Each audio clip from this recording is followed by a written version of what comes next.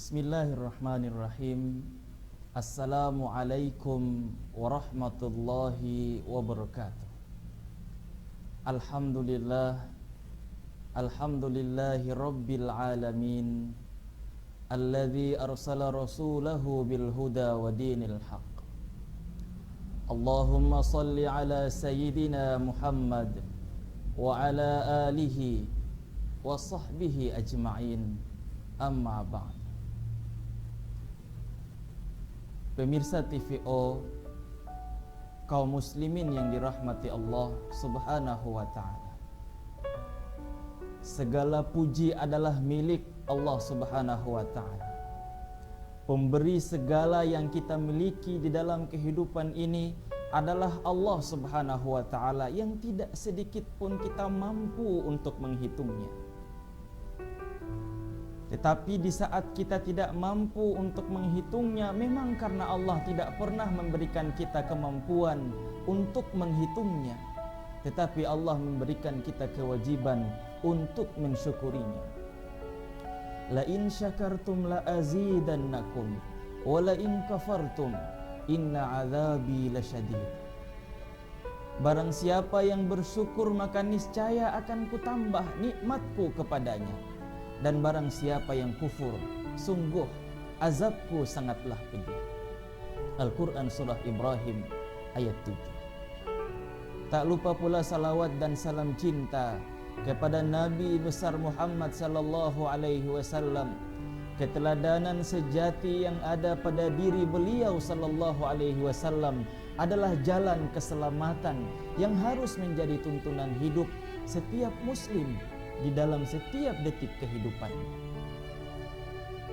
Kaum muslimin, pemirsa TVO yang dirahmati Allah Subhanahu wa ta'ala, Islam adalah agama yang sangat mengajarkan tentang kasih sayang. Inilah topik yang akan saya sampaikan pada kesempatan ini. Di zamannya Rasulullah sallallahu alaihi wasallam, hiduplah seorang Yahudi yang sudah tua, lumpuh dan juga buta. Apa yang menjadi kebiasaan dari Yahudi yang tua, buta dan juga lumpuh ini? Sehari-hari di tengah keramaian umat manusia pada saat itu, kerjaannya hanyalah meneriaki tentang kedustaan Rasulullah, menghina-hina Rasulullah, mencaci maki dan lain sebagainya.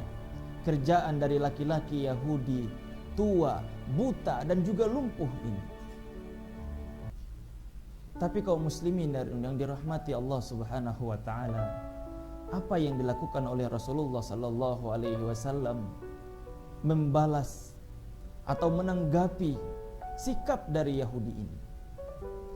Yang dilakukan oleh Rasulullah sallallahu alaihi wasallam adalah setiap pagi dan sore beliau bolak-balik dari rumahnya ke tempat Yahudi tua, buta dan lumpuh ini untuk memberikan makan. Bahkan Rasulullah sallallahu alaihi wasallam menyuapinya langsung tanpa Rasulullah memperkenalkan dirinya sama sekali. Rasulullah tidak pernah menceritakan kepada Yahudi ini tentang siapa dia yang tiap hari memberikannya makan. Maka di saat yang sama, ketika pagi Rasulullah memberikan makan, siang dia kembali mencaci maki Rasulullah, menghina, mendustakan dan lain sebagainya. Setiap hari terus menerus. Sampai tiba saat di mana hari yang paling menyedihkan bagi umat Islam, yaitu ketika Allah memanggil kembali Rasulullah sallallahu alaihi wasallam ke pangkuannya. Maka terhentilah kebiasaan Rasulullah ini. Maka tidak ada lagi yang memberikan Yahudi tua, buta dan lumpuh, penghina Rasulullah ini, tidak ada lagi yang memberikannya makan. Sampai suatu ketika Abu Bakar As-Siddiq mendatangi anaknya Siti Aisyah radhiyallahu anha, yang juga istri dari Rasulullah sallallahu alaihi wasallam. Abu Bakar bertanya, "Wahai anakku, Adakah salah satu kegiatan Rasulullah sallallahu alaihi wasallam, kebiasaan beliau yang dengan wafatnya beliau ini maka kebiasaan itu tidak ada yang melanjutkannya lagi? Kemudian Siti Aisyah radhiyallahu anha menceritakan tentang kebiasaan Rasulullah memberi makan Yahudi ini. Abu Bakar As-Siddiq pada hari itu juga menggantikan Rasulullah sallallahu alaihi wasallam. Sampainya di sana ketika Abu Bakar As-Siddiq memberikan makan kepada Yahudi tua, buta dan juga lumpuh penghina Rasulullah ini, tiba-tiba Yahudi ini berkata kepada Abu Bakar As-Siddiq, "Aku merasakan ada sesuatu yang lain. Sepertinya engkau bukan orang yang biasanya memberikan aku makan sehari-hari itu. Dia jauh lebih lemah lembut daripadamu. Bahkan dia tidak pernah membiarkan aku memangku sendiri piring ini, dan dia menyuapinya langsung kepadaku." Kaum muslimin yang dirahmati Allah subhanahu wa ta'ala, di dalam berbagai literatur kita dapati bahwa Abu Bakar As-Siddiq dikenal sebagai sahabat Rasulullah yang paling lemah lembut kepribadiannya. Tetapi Yahudi ini mampu merasakan perbedaan itu. Seketika itu Abu Bakar As-Siddiq berkata kepada Yahudi tua dan juga lumpuh ini, "Ketahuilah, orang yang selama ini memberikan engkau makan dan menyuapinya secara langsung, memberikan engkau kasih sayang yang tidak ada satu manusia pun memberikannya kepadamu, ialah Rasulullah sallallahu alaihi wasallam yang selama ini engkau caci, engkau hina. Ternyata balasan kebaikan yang dia berikan kepadamu." Maka bergetarlah tubuh dari Yahudi yang tua, buta dan juga lumpuh ini. Dia langsung berkata, "La ilaha illallah Muhammadur Rasulullah. Aku bersaksi tiada ilah sesembahan kecuali Allah dan Muhammad adalah utusannya." Ma'asyiral muslimin, para pemirsa TVO yang dirahmati Allah subhanahu wa ta'ala, kisah ini mengajarkan kepada kita bahwa teladan yang diberikan oleh Rasulullah sallallahu alaihi wasallam adalah bagaimana Rasulullah menyentuh hati manusia dengan perbuatannya. Bahkan belum satu kata pun yang diberikan oleh Rasulullah sallallahu alaihi wasallam, hanya dengan sentuhan hati Rasulullah menggenggam hati manusia. Ma'asyiral muslimin yang dirahmati Allah subhanahu wa ta'ala, Islam mengajarkan kasih sayang. Jika kita buka di dalam Al-Quran, belum kita masuk pada ayat yang kedua, apalagi pada surat yang kedua, baru pada ayat yang pertama Al-Quran surah Al-Fatihah, Bismillahirrahmanirrahim, di mana ketika Allah setelah selesai menyebutkan tentang dirinya, Allah langsung menyebutkan tentang dua sifatnya, Ar-Rahman dan Ar-Rahim, pengasih dan penyayang.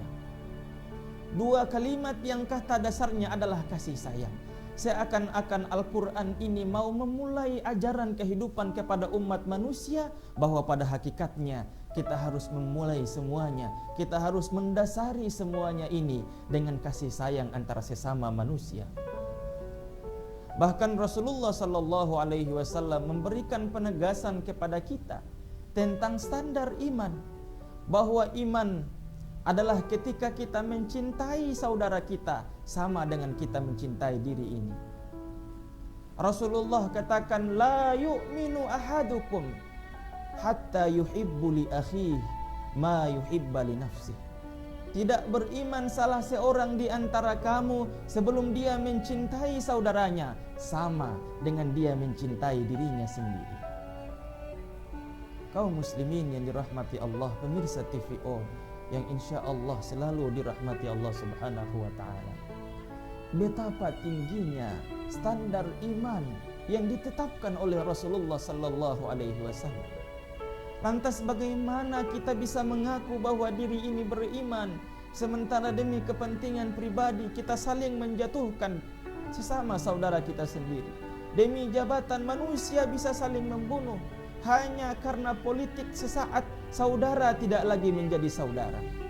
Kita bagaimana mungkin mengatakan diri ini beriman sementara kita menutup mata dari kemiskinan-kemiskinan yang terjadi di sekitar kita? Kita tidak pernah bertanya apakah tetangga kita sudah makan ketika kita saat ini makan yang kenyang. Bagaimana mungkin seorang suami mengatakan dirinya beriman sementara lemah lembut pada istrinya saja tidak dia lakukan? Bagaimana mungkin seorang ayah mengatakan dia beriman sementara dia lupa memberikan kasih sayang sesungguhnya kepada anak-anaknya, bahwa kasih sayang kepada anak-anak adalah ketika dia mendekatkan anak-anak dengan Allah Subhanahu wa taala. Ma'asyiral muslimin, para pemirsa TVO yang dirahmati Allah Subhanahu wa taala, hakikat kehidupan ini tidak mampu kita bangun dengan harmoni yang sempurna sebelum manusia menyadari bahwa Allah menciptakan manusia itu berpasang-pasangan dan hidup berkelompok sebagai makhluk sosial, karena kita butuh membangun kehidupan ini dengan kasih sayang. Para pemirsa TVO yang dirahmati Allah Subhanahu wa taala, semoga kita mampu untuk memahami maksud ajaran Al-Quran, keteladanan Rasulullah Sallallahu Alaihi Wasallam, bahwa Islam ini benar-benar menginginkan manusia-manusia muslimnya menebarkan kasih sayang sebagai wajah asli dari agama Islam itu sendiri. Semoga kita bisa membangun kehidupan ini dari diri sendiri, keluarga maupun masyarakat secara luas dengan dasar kasih sayang itu. Semoga Allah meridhai kita dan Rasulullah Sallallahu Alaihi Wasallam memberikan syafaat di dalam kehidupan kita.